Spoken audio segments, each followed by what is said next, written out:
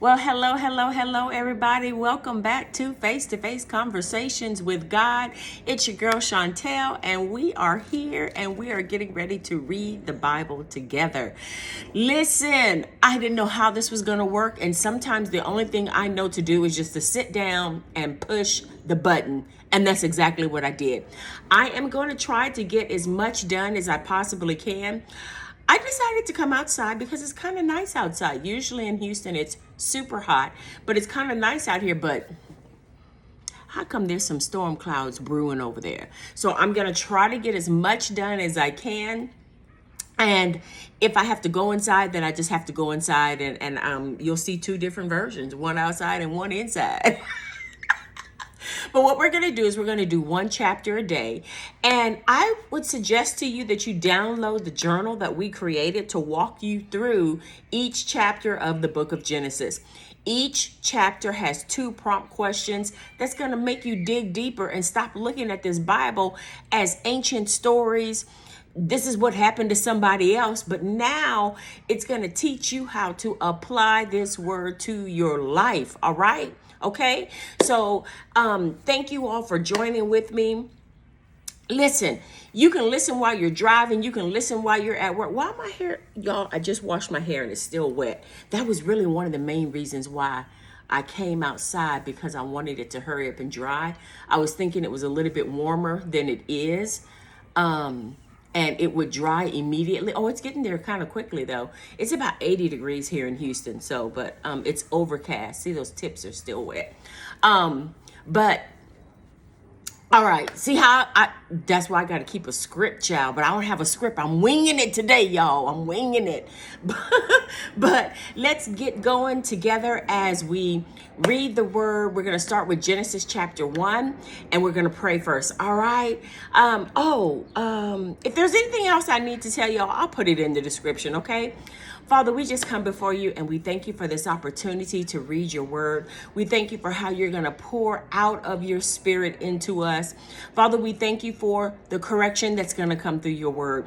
We thank you for the encouragement that's going to come through your word. We thank you for how you're going to build us, how you're going to strengthen us, how you're going to encourage us to walk solely in your word. Father, in areas of our lives where we thought we were in line with you, but as we read, we recognize that we were really out of alignment. First, we ask for forgiveness. And then we thank you that you brought it to our attention so that we can get back in the right space in you. We thank you for a teachable spirit. And most of all, Father, as we gain wisdom, we thank you for an understanding. Wisdom brings about an understanding. Oh, thank you, Father.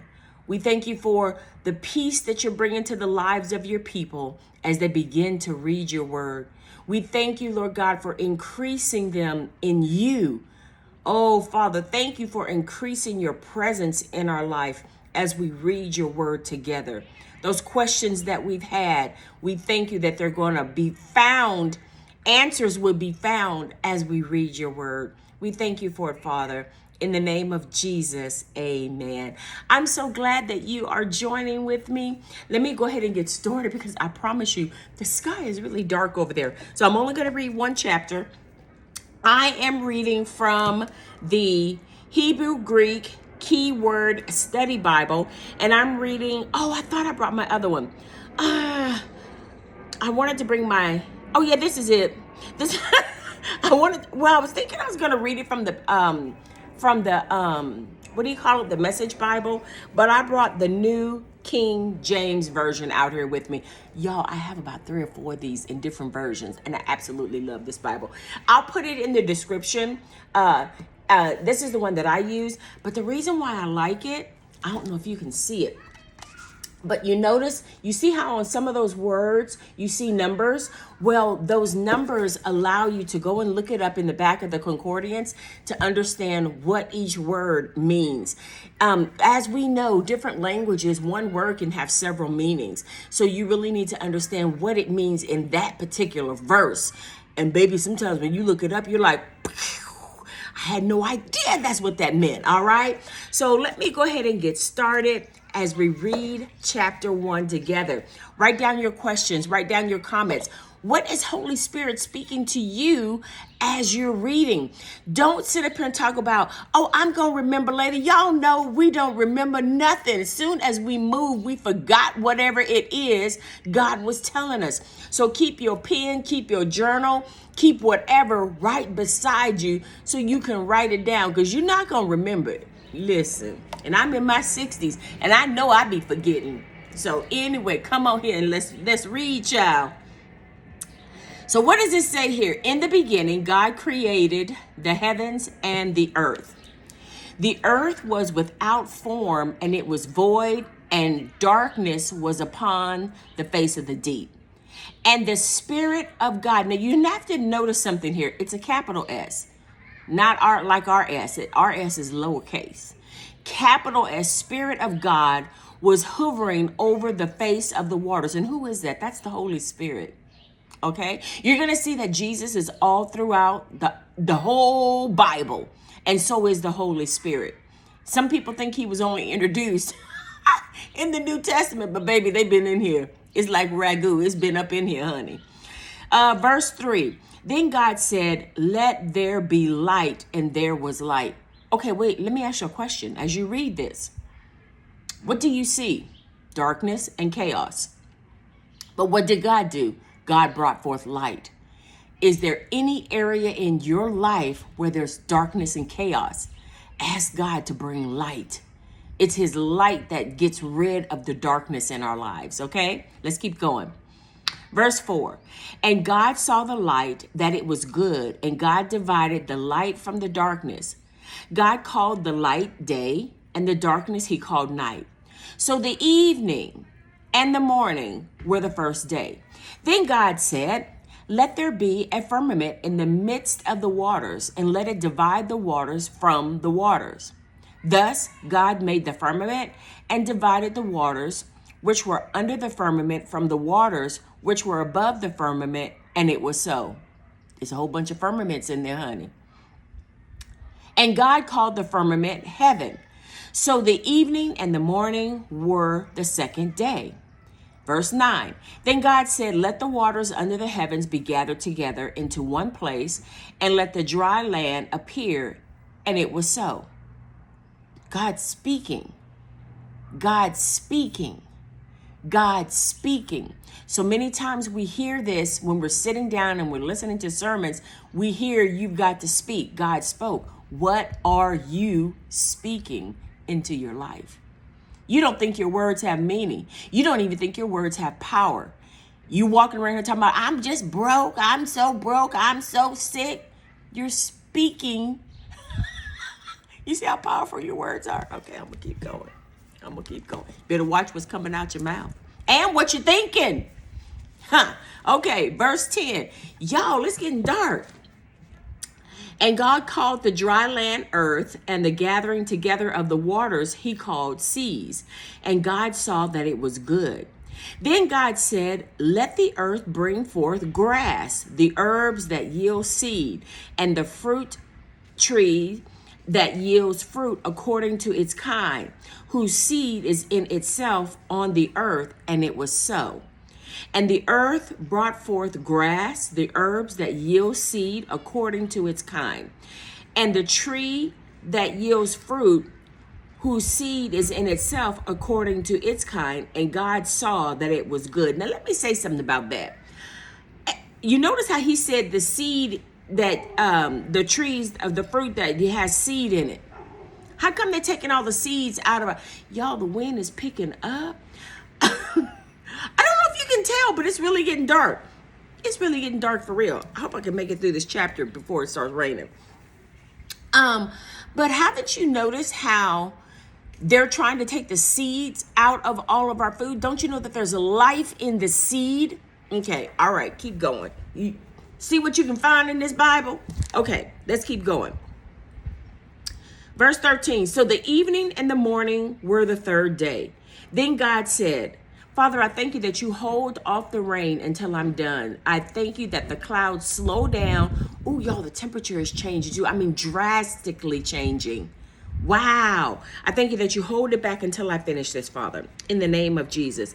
Then God said, let there be lights in the firmament and the heavens, to divide the day from the night, and let them be for signs and seasons, for days and years. And let them be lights in the firmament of the heavens to give light on the earth. And it was so. Verse 16, then God made two great lights, the greater light to rule the day and the lesser light to rule the night. He made the stars also.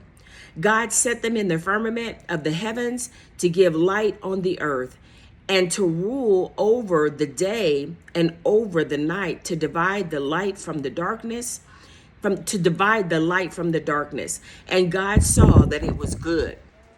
I love that. God saw that it was good. So the evening and the morning were the fourth day.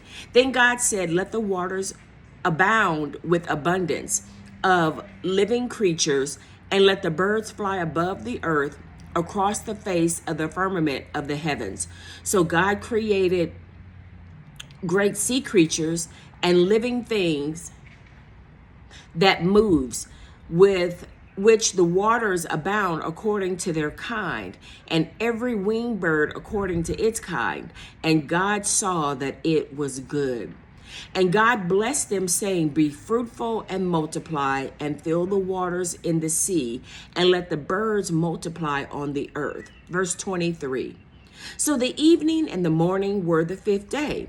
Then God said, let the earth bring forth living creatures according to its kind, cattle and creeping things, and beasts of the earth, each according to its kind. And it was so.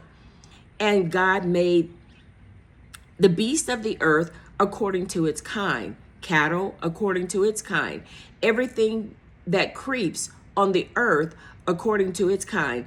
And God said it was good. Did he really say that the snakes and roaches and all that stuff was good? I mean, was he really thinking about that? Can we have a conversation about that part? Okay, let me keep reading. Then God said, let us, listen to this. God speaking again. Let us make man in our image according to our likeness, and let them have dominion over the fish of the sea. Hold on, let me turn the page, y'all. Over the birds of the air, and over the cattle, over all the earth, and over every creeping thing that creeps on the earth. Now put a pin in it right here. He said, let them have dominion. What is dominion? Authority. So I have to ask you, are you living in dominion, or are you just window shopping out here, just skirting by, just thinking that life is, oh, just let it happen? God has given you authority. All right. Are you walking in authority? If not, then you're going to have to ask God, show me how to walk in authority. Because look, I'm going to tell you something. There are areas of my life that I walk in dominion and authority. And there are other areas where I'm like, God, I'm not really seeing your dominion in that area of my life. So it's not up to God to get it together. It's up to me to find out what's out of alignment. All right. And get in alignment. Okay. Verse 27. So God created man in his own image. In his own image, in the image of God, he created him, male and female, he created them. Then God blessed them, and God said, be fruitful and multiply, fill the earth, subdue it. You need to look up that word, subdue. Have dominion. Go look up that word, have dominion. Over the fish of the sea, over the birds of the air, and over every living thing that moves on the earth. And God said, see, I have given you every herb that yields seed, which is on the face of all the earth, and every tree whose fruit yields seeds. To you it shall be for food. Also to every beast of the earth, to every bird of the air, and to everything that creeps on the earth, in which there is life, I have given every green herb for food. And it was so.